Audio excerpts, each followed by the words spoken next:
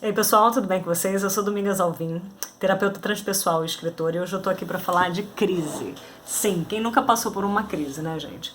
Bom, recentemente eu tô saindo de uma crise que eu tava vivendo, que era um processo de transformação profunda e que altamente positivo, tá? Porque a primeira coisa que a gente tem que fazer de uma crise é desmistificar essa ideia de que a crise é sempre uma coisa negativa. Pelo contrário, enquanto a gente está vivendo a crise, ela parece ser muito aflitiva e ela gera uma angústia tremenda se a gente não souber como lidar com ela. Mas se a gente souber aprender a lidar com ela, se a gente souber gerenciar o nosso emocional, se a gente souber se conhecer, ter autoconhecimento profundo sobre os nossos próprios processos de transformação, as crises elas se tornam lugares em que sim, dá uma certa... passa uma certa neblina, assim, é como se a gente estivesse dentro daquele dia chuvoso, cheio de nuvens, com neblina, meio cinza, ok. Mas, se a gente souber lidar com a gente sabe que aquilo ali também, como tudo na vida, é transitório. E que quando aquela crise fizer o tempo de elaboração dela, o processo cíclico que todos nós vivemos de crise, não crise, crise, não crise, crise, não crise. Isso é lei da impermanência, gente. Isso rege o mundo, rege a natureza, rege o nosso emocional, rege as nossas transformações. Se a gente souber viver essas crises de uma maneira pacificada, a gente passa por elas e sabe que o resultado delas vai ser muito positivo, porque delas sempre advém transformações profundas. E quando a gente não faz ou se nega, aí é que está a grande questão das pessoas. E por isso que as pessoas acham que as crises são sempre negativas, porque elas têm a tendência de passarem pelas crises e camuflarem o que elas estão vivendo e camuflarem as escolhas que elas de repente sentem que lá no fundo elas deveriam estar fazendo, mas seja por N motivos, o principal deles é sempre medo. A maior parte dos motivos está sempre ligado a esse lugar de medo.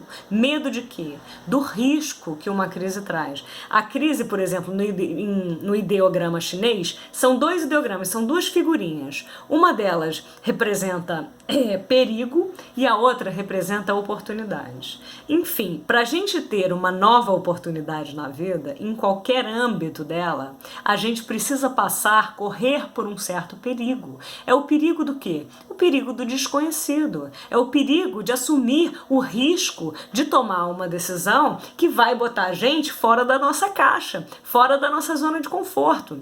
E isso, que para muita gente é ruim, para quem já aprendeu a lidar com as crises, para quem já faz terapia há anos, para quem tem um autoconhecimento profundo, já se conhece, passar por isso é simplesmente sofrer um novo processo de transformação.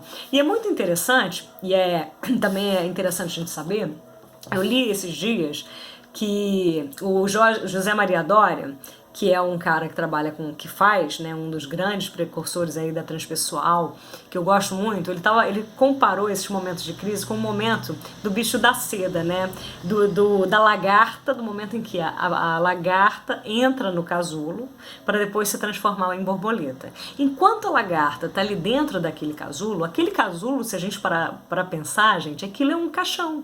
É um sarcófago, ela tá ali presa, inerte, achando que nada tá acontecendo, porque quando a gente tá em crise é isso que acontece, parece que o relógio para, o tempo não anda, fica tudo meio travado, parece que nada na vida tá acontecendo e nem nunca vai mais acontecer, é como se a gente entrasse dentro de um túnel, que fosse um túnel assim de tantos quilômetros que a gente não conseguisse nem vislumbrar a sombra ou o resquício de uma mínima luz.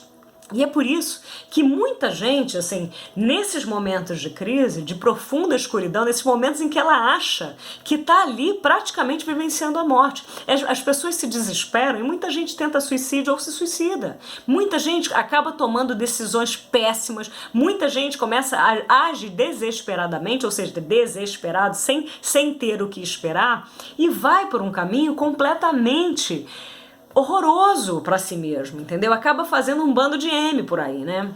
E aí é que tá.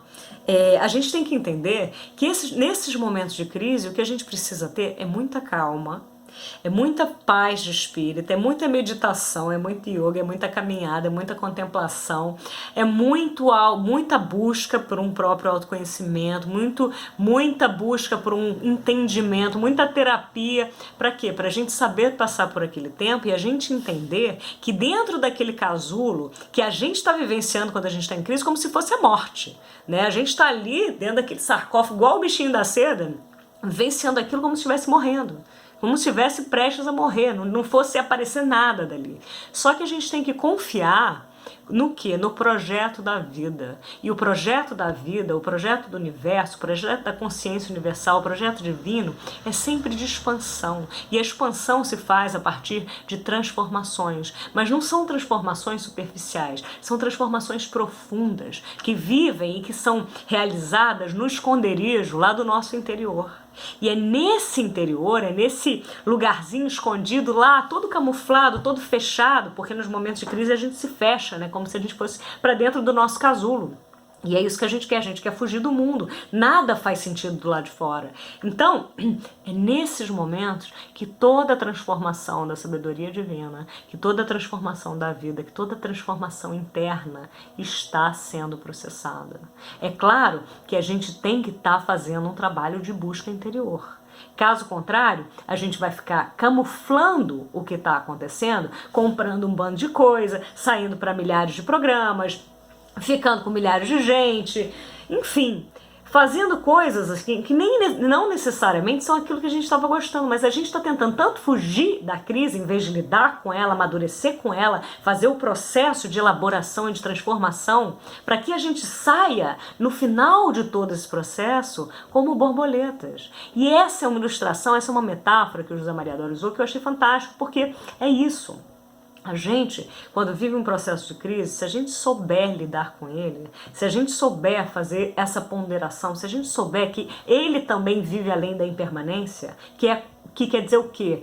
Isso também passará. Então, o que é para bom pode ser que passe, mas o que é para ruim também passa. Só que isso que está parecendo que é para ruim, na verdade, é para o seu bem. Se você tiver coragem de enfrentar o seu medo, de ir para dentro, num mergulho profundo, para sair mais, alcançar o fundo do poço, para realmente renascer das cinzas, transformado e liberado como uma borboleta que é capaz de sustentar o seu peso no ar, brilhante, com aquelas cores reluzentes maravilhosas. Entendeu?